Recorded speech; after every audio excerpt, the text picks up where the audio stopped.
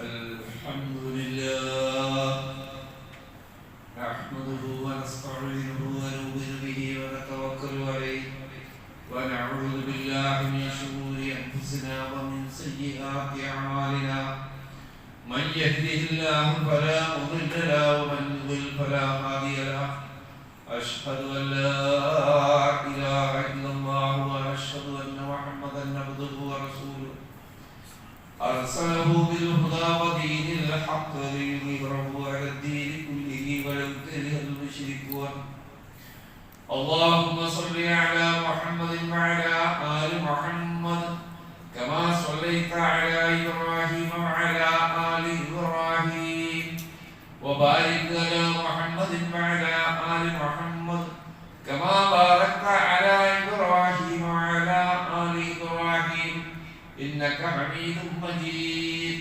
أما بعد فإن خير الكلام كلام الله وخير الهدي هدي محمد صلى الله عليه وسلم وشر الأمور محدثاتها وكل محدثة بدعة وكل بدعة ضلالة أيها الناس أوصيكم عباد الله وإياي بتقوى الله أعوذ بالله من الشيطان الرجيم يا أيها الناس كلوا مما في الأرض حلالا طيبا ولا تتبعوا خطوات الشيطان إنه لكم عدو مبين إنما يأمركم بالسوء والفحشاء وأن تقولوا على الله ما لا تعلمون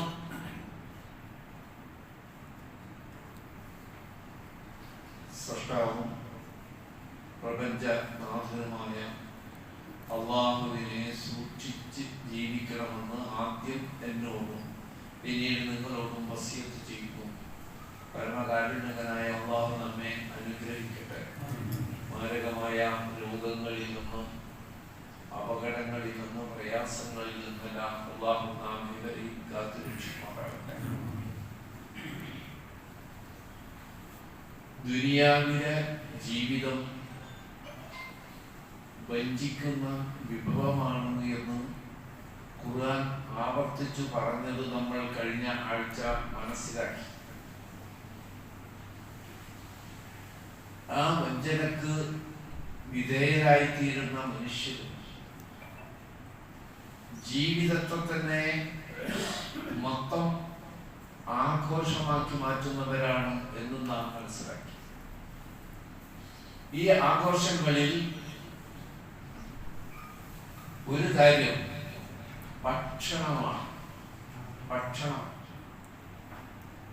അള്ളാഹു മനുഷ്യന് ചെയ്ത അപാരമായ അനുഗ്രഹമാണ് ഭക്ഷണം.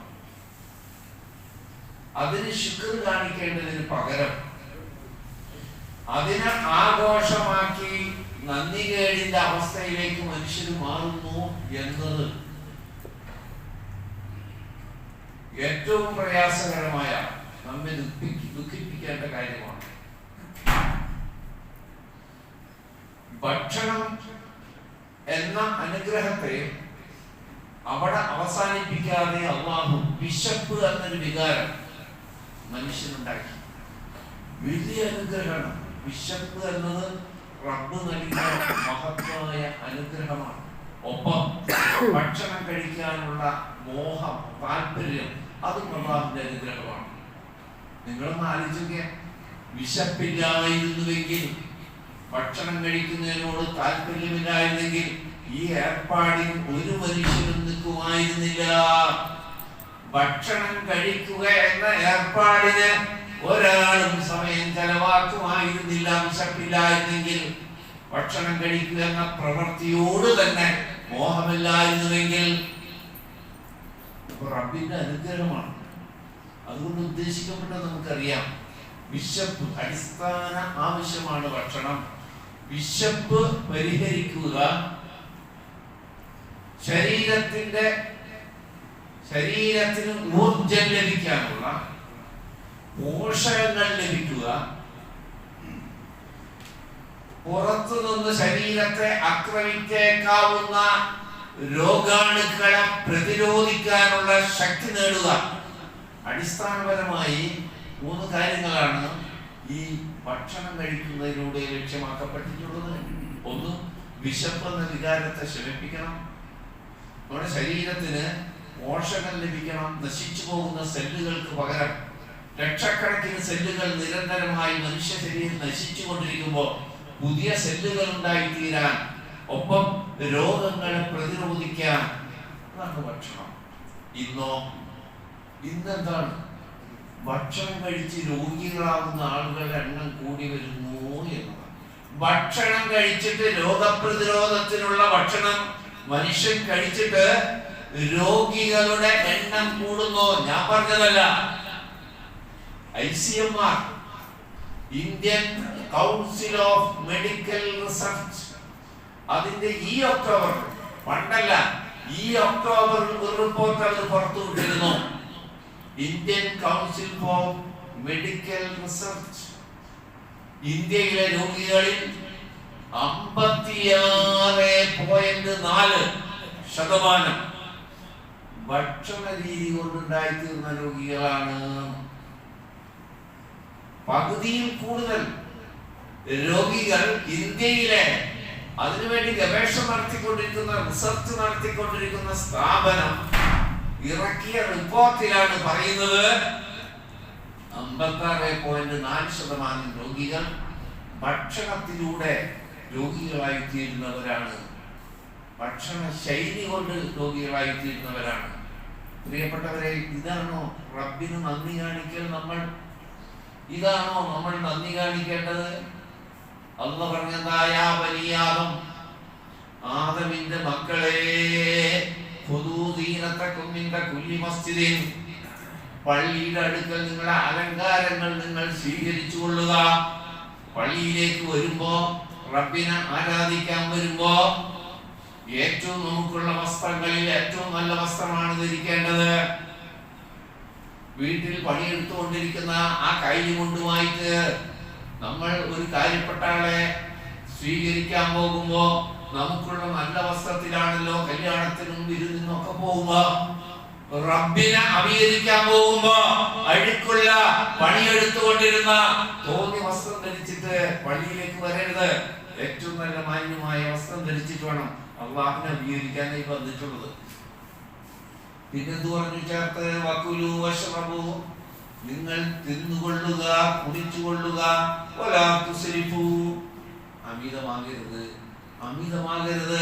ഇന്നഹു ലാ യുഹിബ്ബുൽ മുസ്രിഫീൻ, അമിതമാക്കുന്നവരെ അല്ലാഹു ഇഷ്ടപ്പെടുകയില്ല. അപ്പോൾ റബ്ബ് നൽകിയ അനുഗ്രഹമായ ഭക്ഷണത്തെ ഇസ്റാഫില്ലാതെ, റബ്ബിനെ ഓർത്തുകൊണ്ട്, റബ്ബിന് ശുക്ർ ചെയ്തുകൊണ്ട് നല്ല ഭക്ഷണം കഴിക്കുക എന്നത് അതിന്റെ ബാധ്യതയാണ്. ഇസ്റാഫ് പാടില്ല. പലരും ധരിച്ചത് ഇസ്റാഫ് എന്നത് അധികം ഭക്ഷണം കഴിക്കുന്നതിനെ കുറിച്ചാണ്. അത് ഇസ്റാഫാണ്. അമിതമായി ഭക്ഷണം കഴിക്കുന്നത് ഇസ്റാഫാണ്. അല്ലാഹുവിനെ ഇബാദത്ത് ചെയ്യുന്നതിൽ നിന്ന് അവനെ തടയും. മുമ്പ് നോമ്പ് കാലത്ത് പറയാതെ വലിയ പൊതു സമൂഹ നോമ്പ് തുറക്കും വെച്ച് പിന്നെ അന്ന് തറാവിന് നോമ്പ് പറ്റിയില്ല. തറാവി നിസ്കരിക്കാൻ കൂടി ആഫ്യത്തിന് വേണ്ടിയാണ് ഭക്ഷണം കഴിക്കേണ്ടത് നോമ്പ് കുറിച്ചിട്ട്. അത് അധികമായിട്ട് ഉള്ള നിസ്കാരം തന്നെ പറ്റാതെ പോകുന്ന ഒരവസ്ഥ ആലോചിക്കുക. ഒരു മന്ദത ബാധിക്കുന്ന അവസ്ഥയിലേക്ക് ഭക്ഷണം കഴിച്ചിട്ട്. അപ്പൊ അമിതമായി കഴിക്കുന്നത് ഇസ്റാഫാണ്. അതുമാത്രമല്ല, ആ ഇസ്റാഫ് എന്നത് അതുമാത്രമല്ല സഹോദരങ്ങളെ, സ്വാഭാവിക വിലക്ക്. നല്ല ഭക്ഷണം ലഭിക്കുമ്പോ, വിശപ്പ് മാറ്റുന്ന ഭക്ഷണം, പോഷകം തരുന്ന ഭക്ഷണം, രോഗങ്ങളെ പ്രതിരോധിക്കാൻ കഴിയുന്ന ഭക്ഷണം സാധാരണ വിലയിൽ കിട്ടുമ്പോൾ അത് ഉപേക്ഷിച്ചിട്ട് പരിഷ്കാരത്തിന്റെ പേരിൽ സമൂഹത്തിൽ ഞാൻ പുരോഗമനവാദിയാണെന്ന് അറിയിക്കാൻ വില കൂടിയ ഭക്ഷണം അന്വേഷിച്ചു പോകുന്ന മനുഷ്യൻ ഇസ്റാഫ് തന്നെയാണ്. അതൊരു പരിഷ്കാരം കൂട്ടിയെടുക്കുക. നമ്മൾ യാത്ര ചെയ്യുന്നവരാ, യാത്ര ചെയ്യുമ്പോൾ ഭക്ഷണം കഴിക്കേണ്ടി വരും പുറത്തുനിന്ന്. പക്ഷെ ഭക്ഷണം കഴിക്കാൻ യാത്ര ചെയ്യുന്നതാണ് പ്രശ്നം. യാത്ര പോകുമ്പോൾ പുറത്തുനിന്ന് ഭക്ഷണം കഴിക്കേണ്ടി വരും. പക്ഷേ ഭക്ഷണം കഴിക്കാൻ വേണ്ടി യാത്ര ചെയ്യുക എന്ന ഒരു അപകടകരമായ സ്ഥിതിയിലേക്ക് മനുഷ്യൻ മാറുന്നു. ഭാര്യമാരോട് ഭയങ്കര ബഹുമാന സ്നേഹമുള്ള ഭർത്താക്കന്മാരെ കുറെ ദിവസം അടുക്കളയിൽ ബുദ്ധിമുട്ടും നമുക്ക് ഔട്ടിങ്ങാണ്. എന്താ ഫലത്തിൽ സംഭവിക്കുന്നറിയോ? ഒരാഴ്ച വീട്ടിൽ കഴിക്കാനുള്ള ഭക്ഷണം കഴിക്കാനുള്ള പൈസ ഒരൊറ്റ യാത്ര കൊണ്ട് ചെലവാക്കുക. അത് ഇസ്രാഫല്ല എന്നാരാ പറഞ്ഞത്? നല്ല ഭക്ഷണം നമ്മുടെ അടുക്കളയിൽ നമ്മൾ പാകം ചെയ്തത്, അതിന്റെ വില നമുക്കറിയാം. ഒരാഴ്ച സുഖമായി കഴിക്കാവുന്ന ഭക്ഷണത്തിന്റെ ചാർജ് ഒരു ഔട്ടിങ് കൊണ്ട് സംഭവിക്കുന്നുവെങ്കിൽ അതും ഇസ്രാഫ് തന്നെയാണ്. അത് സാധാരണ തുടങ്ങിയ കുട്ടികൾക്ക്, നമ്മുടെ ചെറിയ കുട്ടികളെ കാര്യം ആലോചിക്കുക. ചോറ്, പത്തിരി, വെള്ളപ്പം എന്നൊക്കെ പറയാം. കുട്ടികൾക്ക് അറിയാതായി തുടങ്ങി, അത് ഇഷ്ടമില്ലാതായി തുടങ്ങി. പേരക്കുട്ടികൾ ചോദിക്കുന്ന മിഠായി എന്താണെന്ന് പോലും ഞാൻ കേൾക്കാത്ത എന്തോക്കെയാണ് പറയുന്ന കുട്ടികൾ. ബിസ്ക്കറ്റിന്റെ പേര് എനിക്ക് മനസ്സിലാവണില്ല, മിഠായിയുടെ പേര് നമുക്ക് മനസ്സിലാവണില്ല. ഇത് മുതിർന്നവർക്ക് സംഭവിച്ചാലോ? അത് പുരോഗമനത്തിന്റെ പേരിൽ ഫുഡ് ഇഷ്ടമില്ലാതെ വരുന്ന, പത്തിന് ഇഷ്ടമില്ലാതെ വരുന്ന ആളുകളോട് പറയാ, ഞാൻ 2 പീസ് ബ്രെഡും ചീസും. തലേസ്ത പഴം കഞ്ഞി കുടിച്ചിരുന്ന പഹയൻ നീ പറയണത്. ഉപ്പും മുളകും ചിരകിട്ടിട്ട് പഴം കഞ്ഞി കുടിച്ചിരുന്ന ആൾ അള്ളാഹു കുറച്ചുകൂടി അനുഗ്രഹം നൽകിയപ്പോ സാധാരണ ഭക്ഷണങ്ങളോട് ഒരു പുച്ഛം. ബ്രെഡും ചീസും, ആപ്പിളിൽ ഒരു പീസും, അതാണ് എൻ്റെ ഭക്ഷണം എന്ന് നാട്ടുകാരോട് പറയാ. നമുക്ക് സാധാരണ പണ്ട് കേട്ടിട്ടില്ലേ, ചെറുപ്പത്തിൽ ബോംബെയിലേക്ക് നാട് വിട്ടു പോയിട്ട് ഒരു കൂളിംഗ് ഗ്ലാസും പാൻറ്റൊക്കെ ഇട്ട് വന്ന് അമ്മോട് ചോദിക്കാണ്, റൈസ് സൂപ്പില്ലേ, റൈസ് സൂപ്പ്. അമ്മ പാവം റൈസ് സൂപ്പ് കേട്ടിട്ടില്ല. റൈസ് സൂപ്പ് കഞ്ഞിവെള്ളം ചോദിക്കണേ. കഞ്ഞിവെള്ളം അമ്മക്ക് അതറിയാം, പക്ഷെ കഞ്ഞിവെള്ളം എന്ന് പറഞ്ഞാൽ ക്ഷീണാവും. അതുകൊണ്ട് റൈസ് സൂപ്പ് എന്ന് പറഞ്ഞാൽ പുരോഗമനമാണ് എന്ന മട്ടിലേക്ക് കുടുംബത്തിലെ അടുക്കള സംവിധാനങ്ങളെ മാറ്റുന്നതിലും വളരെ അപകടമുണ്ട് സഹോദരങ്ങളെ. അല്ലാഹു പറയാം, യാ അയ്യുഹന്നാസ്, മനുഷ്യരെ, കുലൂ മിമ്മാ ഫിൽ അർളി, ഭൂമിയിൽ ഉള്ളതിൽ നിന്ന് നിങ്ങൾ ഭക്ഷിച്ചു കൊള്ളുക. ഹലാലൻ ത്വയ്യിബൻ, നല്ലതായിരിക്കണം. നല്ല ഭക്ഷണം അടുക്കളയിൽ ഉണ്ടാക്കാൻ പറ്റിയിട്ട് മാരകമായ കെമിക്കൽസ് ചേർന്ന രുചിക്കും മണത്തിനും ചേർത്ത ഭക്ഷണം, ശരീരത്തിൽ രോഗം വരുത്തുന്ന ഭക്ഷണം കൂടുതൽ വില കൊടുത്ത് വാങ്ങുക. ചെറിയ വിലക്ക് നല്ല ഭക്ഷണം ഉണ്ടായിട്ട് അത് കഴിക്കാതെ കൂടുതൽ വില കൊടുത്തിട്ട് രുചിയും മണവും വർദ്ധിപ്പിക്കാൻ വേണ്ടി ചേർക്കപ്പെട്ട കെമിക്കൽസ്, അപകടം വരുത്തുന്ന ഭക്ഷണം. അതാണ് അല്ലാഹു പറഞ്ഞ ഹലാലൻ ത്വയ്യിബൻ, ഹലാലായിരിക്കണം, അത് നല്ലതായിരിക്കണം. വലാ തത്തബിഉ ഖുതുവാതി ശൈത്താൻ, പിശാചിന്റെ കാലടികളെ നിങ്ങൾ പിൻപറ്റരുത്. പിശാചിന്റെ കാലടികളെ നിങ്ങൾ പിൻപറ്റരുത്. ഇന്നഹു ലക്കും അദുവ്വുൻ മുബീൻ, നിങ്ങളുടെ വ്യക്തമായ ശത്രുവാണ്. നിങ്ങളെ നശിപ്പിക്കാനാണ് പിശാച് ഉദ്ദേശിച്ചത്.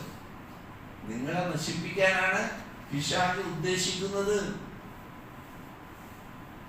അപ്പോ ഇന്ന് ഈ സമൂഹത്തിൽ ഞാൻ ഇതൊക്കെയാണ് കഴിക്കുന്നത് പറഞ്ഞാൽ എനിക്കൊരു മാർക്കറ്റ് ഇല്ല. മാർക്കറ്റ് ഉണ്ടാവണമെങ്കിൽ ഇങ്ങനൊക്കെ ചില പുതിയ ഭക്ഷണത്തിന്റെ പേര് പറഞ്ഞാലേ മാർക്കറ്റ് ഉണ്ടാവുള്ളൂ എന്ന് ധരിക്കുന്ന ഒരവസ്ഥയിൽ പ്രിയപ്പെട്ടവരെ വളരെ ശ്രദ്ധയിരുത്തണം. അതുപോലെ വേസ്റ്റാക്കി കളയുക, ഭക്ഷണം വേസ്റ്റാക്കി കളയുക, അത് ഇസ്രാഫാണ്. ഭയങ്കര കുറ്റകരമായ സംഗതിയാണ് ഭക്ഷണം വേസ്റ്റാക്കുക എന്നത്.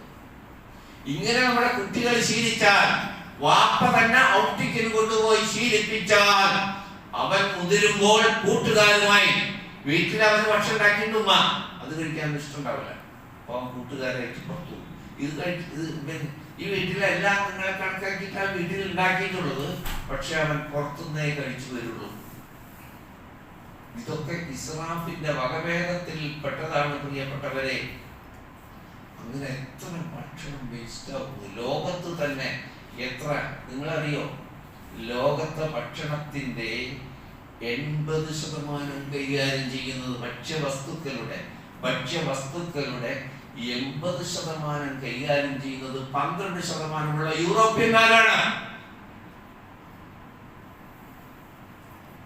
80% ഭക്ഷ്യധാന്യങ്ങളും മറ്റുമൊക്കെ കൈകാര്യം ചെയ്യുന്നത് ആകെ 12% യൂറോപ്യന്മാരാണ്. പൊങ്ങച്ചത്തിന് വേണ്ടി മാത്രം നശിപ്പിക്കുന്ന ഭക്ഷണമുണ്ടെങ്കിൽ ആഫ്രിക്കൻ രാജ്യങ്ങളിലെ വിശപ്പ് മാറ്റാനുള്ള ഭക്ഷണമുണ്ട്. ആഫ്രിക്കയിലെ ചില രാജ്യങ്ങളെ കണ്ടില്ല, ടിവിയിലൊക്കെ കണ്ടിട്ടില്ലേ, വയറൊട്ടിയിട്ട് ചില പേക്കോലങ്ങൾ പോലെ ഓടുന്നത് കണ്ടിട്ടില്ലേ? വിഷം കിട്ട് പോഷാഹാരം കിട്ടാതെ മരിച്ചു വീഴുന്ന, വിശന്ന് മരിച്ചു വീഴുന്ന,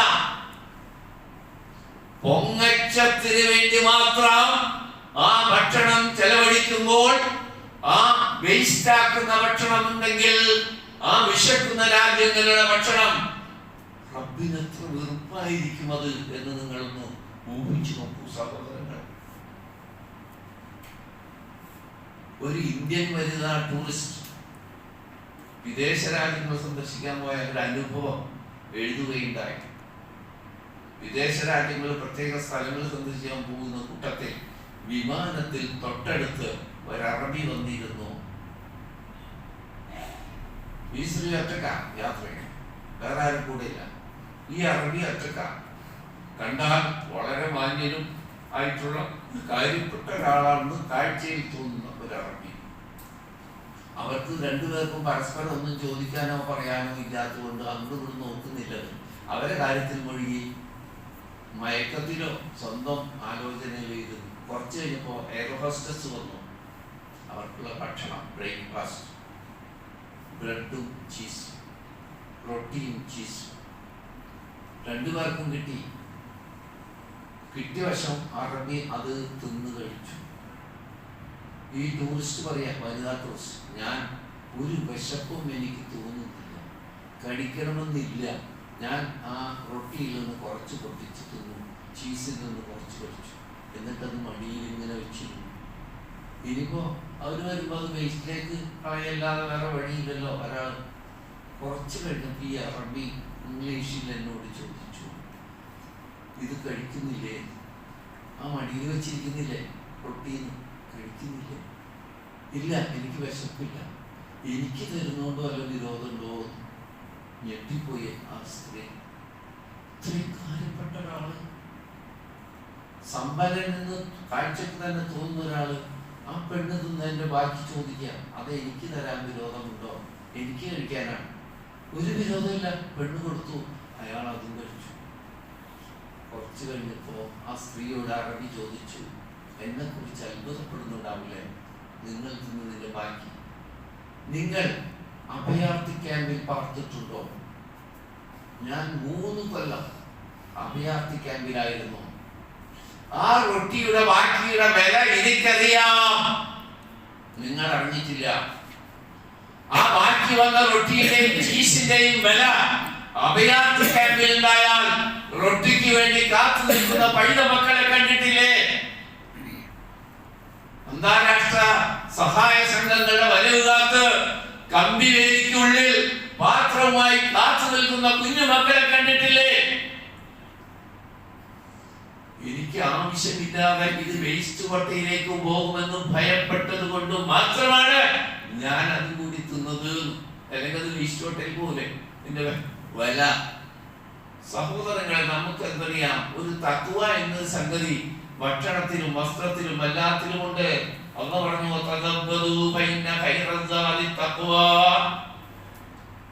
നിങ്ങൾ ഹജ്ജുമായി ബന്ധപ്പെട്ടിട്ടാണ് യാത്ര ചെയ്തത്.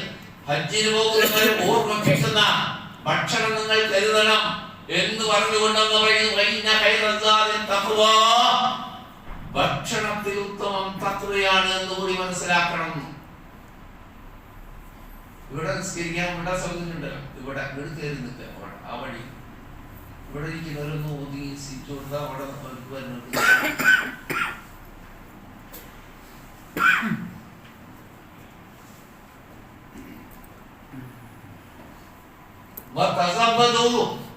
നിങ്ങൾ ഭക്ഷണം കരുതണം. ഭക്ഷണത്തിൽ ഉത്തമം തഖ്വയാണ്, റബ്ബിനോടുള്ള സൂക്ഷ്മതയാണ്. ബുദ്ധിയുള്ളവരെ അല്ലാഹുവിനെ നിങ്ങൾ സൂക്ഷിക്കണേ. മറന്നു പോകരുത്.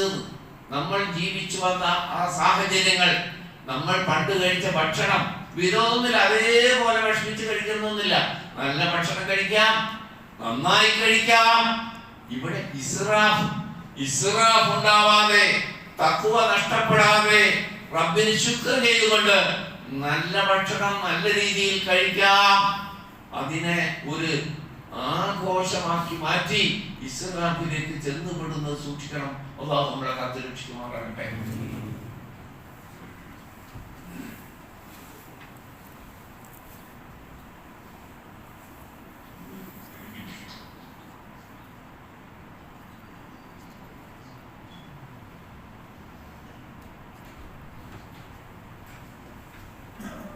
Alhamdulillah. Allahumma salli ala Muhammad wa ala ali Muhammad. Ayyuhan nas, usikum ibadallahi wa iyaya bittaqwallah. അല്ലാഹുവിനെ സൂക്ഷിക്കണമെന്ന് ഒരിക്കൽ കൂടി എന്നെയും നിങ്ങളെയും ഓർമ്മപ്പെടുത്തുന്നു. പ്രിയപ്പെട്ടവരെ, ഭക്ഷണത്തിന്റെ കാര്യം പറഞ്ഞാൽ വളരെ അപകടകരമായ സ്ഥിതിയിലേക്ക് നമ്മൾ പോകുന്നു. പ്രത്യേകിച്ച് സ്ത്രീജനങ്ങൾക്ക് ഇതിന്റെ വില അറിയാത്തത് കൊണ്ട് മാർക്കറ്റിലെ വില അവർ ശ്രദ്ധിക്കുന്നില്ല. മാർക്കറ്റിലെ വില ശ്രദ്ധിക്കാത്തത് കൊണ്ട് വീട്ടിൽ പുരുഷന്മാരുണ്ടെങ്കിൽ അവർ തന്നെയായിരിക്കുമല്ലോ വാങ്ങിക്കൊടുക്കുന്നത്. അതുപോലെ വിരുന്നിന്റെ പേരിൽ ആവശ്യമില്ലാത്ത സമ്മാനങ്ങൾ കൊടുക്കുന്നതിന്റെ പേരിൽ ഒക്കെ ഭർത്താക്കന്മാരെ പ്രയാസപ്പെടുത്തിക്കൊണ്ടിരിക്കുന്ന ഭാര്യമാര്. ഇസ്രാഫിനെ പറ്റി അവർക്ക് യാതൊരു ഭയവുമില്ല.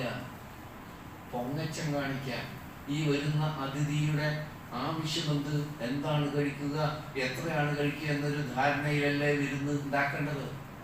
അദ്ദേഹം ഒരിക്കലും വരുന്നവർ കഴിക്കാത്ത അനേകം ഭക്ഷ്യരൂപങ്ങൾ മേശപ്പുറത്ത് കാണിക്കാൻ വേണ്ടി ഒരിക്കലും ഭക്ഷണം ഉണ്ടാക്കരുത്. ആ അതിഥിയെ സൽക്കരിക്കാൻ വേണ്ടി ഭക്ഷണം ഉണ്ടാക്കണം. നമ്മുടെ വീട്ടിൽ വരുന്ന അതിഥിയെ വിരുന്നൂട്ടാൻ മനസ്സമാധാനത്തോടെ അദ്ദേഹത്തിന് ഭക്ഷണം കഴിക്കാനുള്ള ഭക്ഷണം ഉണ്ടാക്കേണ്ടത്. എല്ലാവരും പറയുന്നത് നമ്മളും പറയില്ലേ, അവർ തിന്നാലും എന്തെങ്കിലും കാണിക്കണ്ടേ. കാണിക്കാൻ അള്ളാഹ് ഇത്ര വെറുപ്പുള്ള കാര്യം പറയണ്ട. കാണിക്കാൻ വേണ്ടി ഭക്ഷണം, കഴിക്കാൻ വേണ്ടിയല്ല ഭക്ഷണം ഉണ്ടാക്കുന്നത്, കഴിക്കാൻ വേണ്ടിയാണ് ഭക്ഷണം ഉണ്ടാക്കേണ്ടത്. എന്തോ ഇതിനെപ്പറ്റി ഒന്നും അറിയില്ല എന്ന് മാത്രമല്ല, ഈ കോർപ്പറേറ്റുകൾ ധാന്യങ്ങളുടെ, നേരത്തെ യൂറോപ്യന്മാരെ പറ്റി ഞാൻ പറഞ്ഞില്ലേ, കോർപ്പറേറ്റുകൾ ചെയ്യുന്ന അന്യായങ്ങൾ അറിയുമോ? അധികം വിളവുണ്ടായാൽ ഗോതമ്പ് മറ്റു ധാന്യങ്ങൾ ഉണ്ടായാൽ വില കുറയാതിരിക്കാൻ കത്തിച്ചു കളയുന്നവരുണ്ട്. വളരെ പ്രശ്നം. അപ്പോഴാ ആഫ്രിക്കയിലെ പട്ടിണി നമുക്ക് കത്തിച്ചു കളയാണ്. മാർക്കറ്റിൽ നിന്ന് കുറക്കണം. മാർക്കറ്റിലേക്ക് ചരക്ക് അധികം വന്നാൽ വില ഇടിയും. അതുകൊണ്ട് എന്നും ആ വില ഇടിഞ്ഞ് കൊടുക്കേണ്ടി വരും. എങ്ങനത്തെ ദുഷ്ടന്മാര് പോലും ലോകത്തുണ്ട് പ്രിയപ്പെട്ടവരെ. അങ്ങനെ നമുക്ക് വേണ്ടി വരില്ല. നമ്മൾ കൽപ്പിക്കപ്പെട്ടവരാണ്. ഏറ്റവും കുടുംബ ബന്ധമുള്ളവർക്ക്, അടുത്ത ബന്ധമുള്ളവർക്ക് നിങ്ങൾ നൽകുക അവരുടെ അവകാശം. സാധുക്കൾക്ക് കൊടുക്കുക. വഴിയാത്രക്കാരായി വരുന്നവർക്ക് ഒരിക്കലും നിങ്ങൾ തബ്ദീർ നടത്തരുത്. എന്താ? ദുരുപയോഗം നടത്തി, ആർഭാടം നടത്തി അതിന് തദ്ബീർ ചെയ്യരുത്. ഇന്നൽ മുബദ്ദിരീന കാനൂ ഇഖ്വാന ശയാത്തീൻ. അല്ലാഹു പറഞ്ഞു. നബി പറഞ്ഞ വാക്കല്ല, ഖുർആനാണ്, ഞാൻ പറയുന്നതല്ല. ഇങ്ങനെ ഭക്ഷണങ്ങൾ നശിപ്പിക്കുന്ന വിധം തദ്ബീർ നടത്തിയാൽ അവൻ പിശാചിന്റെ ചങ്ങാതിയായിരിക്കും. വക്കാന ശൈത്താനി റബ്ബിഹി കുഫ്റ. കാരണം ശൈത്താൻ അല്ലാഹുവിനോട് നന്ദികേട് കാണിക്കുന്നവനാണ്. ഇസ്രായേൽ ആയത്താണ്. അങ്ങേയറ്റം നന്ദികേട് കാണിക്കുന്നവനാണ് പിശാച്. അതുപോലെ തന്നെ ഇങ്ങനെ കൂടുതൽ നിങ്ങൾ നാശം വരുത്തിയാൽ, അമിതമായി പൊങ്ങച്ചത്തിന് വേണ്ടി, കാഴ്ചക്ക് വേണ്ടി, ഇതുവരെ കല്യാണ മണ്ഡപത്തിന്റെ മുൻഭാഗത്ത് ഭക്ഷ്യവസ്തുക്കളെ കൊണ്ട് കലാരൂപം ഉണ്ടാക്കുന്ന ആൾ. ഒന്ന് ആലോചിച്ചോക്കെ, അള്ളാഹുവിന്റെ വെറുപ്പ്. മനുഷ്യന്റെ വിശപ്പിന് കഴിക്കാനുള്ള ഭക്ഷണം കൊണ്ട് ആമയും മുയലും മുതലയും ഒക്കെ ഉണ്ടാക്കി ഭംഗിക്ക് വേണ്ടി കാഴ്ച ഉണ്ടാക്കുന്ന മനുഷ്യരുടെ സ്ഥിതി ഒന്ന് ആലോചിച്ച് നോക്കിയാൽ നിങ്ങൾ, എത്ര അപകടകരമായ സ്ഥിതിയാണ്. അപ്പൊ അവര് പിശാചിന്റെ സഹോദരങ്ങളാണ്. അപ്പൊ എന്ത് ചെയ്യും നമ്മള്? അങ്ങനെയാണ് നമ്മൾ ക്ഷണിക്കപ്പെട്ട ഒരു പരിപാടി എന്ന് പറഞ്ഞാൽ എന്ത് ചെയ്യും? പിശാചിന്റെ കൂട്ടുകാരനായി മാറുന്ന ഒരാളാണ് നമ്മളെ കല്യാണം വിളിച്ചിട്ടുള്ളത്. പിശാചിന്റെ സഹോദരനായി മാറുന്ന ഒരാളാണ് നമ്മളെ വിരുന്ന് വിളിക്കുന്നതെങ്കിൽ ഇന്ന് ഒഴിഞ്ഞു മാറുന്ന മുഅ്മിനീങ്ങൾ പോവാതിരിക്കണം. കാരണം നമുക്ക് ആരുടെ സഹോദരങ്ങളാവാനാണ് ഇഷ്ടം? ശൈത്താന്റെ. പലതവണ പറഞ്ഞില്ലേ ഈ മെമ്പറിൽ നിന്ന് അല്ലാഹുവിന്റെ റസൂൽ സഹാബത്തിനോട് പറഞ്ഞത്, എനിക്ക് കൊതിയാവുന്നു എന്റെ സഹോദരങ്ങളെ കാണാൻ. പള്ളി നിറച്ച് സഹാബിമാരിയ്ക്കുമ്പോഴാണ് പറഞ്ഞത്, എന്റെ സഹോദരങ്ങളെ കാണാൻ എനിക്ക് കൊതിയാവുന്നു. സഹാബത്ത് പറഞ്ഞു, ഞങ്ങളല്ലേ റസൂല് താങ്കളുടെ മുന്നിൽ? നിങ്ങൾ എന്റെ സഹോദരങ്ങളല്ല, നിങ്ങൾ എന്റെ സഹാബികളാണ്, നിങ്ങൾ എന്റെ കൂടെ ജീവിക്കുന്നവരാണ്. ഞാൻ പറയുന്ന സഹോദരങ്ങൾ ഞാൻ കണ്ടിട്ടില്ലാത്തവരും എന്നെ കാണാത്തവരും വരാനുള്ളവരാണ്. എന്നിൽ വിശ്വസിച്ച്, അല്ലാഹുവിൽ വിശ്വസിച്ച്, പരലോകത്തിൽ വിശ്വസിച്ച്, എന്നെ കാണാതെ എന്നിൽ എന്റെ സുന്നത്തിനെ പിൻപറ്റുന്ന വരാനുള്ള വിശ്വാസികളാണ് എന്റെ സഹോദരങ്ങൾ. അല്ലാഹു നാം ഏവരെയും ആ റസൂലുള്ളാഹിയുടെ സഹോദരങ്ങളിൽ ഉൾപ്പെടുത്തി അനുഗ്രഹിക്കുമാറാകട്ടെ. വളർന്നു വരുന്ന കുഞ്ഞുങ്ങൾക്ക് സെറ്റായ സന്ദേശം നമ്മുടെ വീട്ടിൽ നിന്ന് കിട്ടുന്നുണ്ടോ? ഭക്ഷണത്തിന്റെ കാര്യത്തിൽ സൂക്ഷിക്കുക. ഇനി ദാരിദ്ര്യാവസ്ഥ വരില്ല, ക്ഷാമം വരില്ല എന്ന് ധരിക്കരുത്. ഈ മനുഷ്യർ കാട്ടിക്കൂട്ടുന്ന ഈ അന്യായങ്ങൾ കാണുമ്പോൾ ഭയപ്പെടണം. ഇനിയും ദാരിദ്ര്യം വരുമോ, ഇനിയും പട്ടിണി കടന്നു വരുമോ എന്ന് ഭയപ്പെടേണ്ട സ്ത്രീയിലാണ് ഭക്ഷണം കൊണ്ട് മനുഷ്യന്മാർ കഴിക്കുന്നത്. അള്ളാഹുവിനെ സൂക്ഷിക്കുക. എല്ലാ തിന്മയിൽ നിന്ന്, ഇസ്രാഫിൽ നിന്ന്, തദ്ബീറിൽ നിന്ന് അള്ളാഹു നമ്മളെ കാത്തു രക്ഷിക്കുമാറാകട്ടെ. അല്ലാഹുമ്മ ഗ്ഫിർ ലിൽ മുഅ്മിനീന വൽ മുഅ്മിനാത്ത് വൽ മുസ്ലിമീന വൽ മുസ്ലിമാത്ത് അൽ-അഹ്യാഇ മിന്നാ വൽ അംവാത്ത് ഇന്നക മുജീബുദ് ദഅവാതി യാ ഖാദിയൽ ഹാജാത്ത്. അല്ലാഹുമ്മ റബ്ബനാ ആതിനാ ഫിദ് ദുനിയാ ഹസന വഫിൽ ആഖിറതി ഹസനതൻ വഖിനാ അദാബൻ നാർ.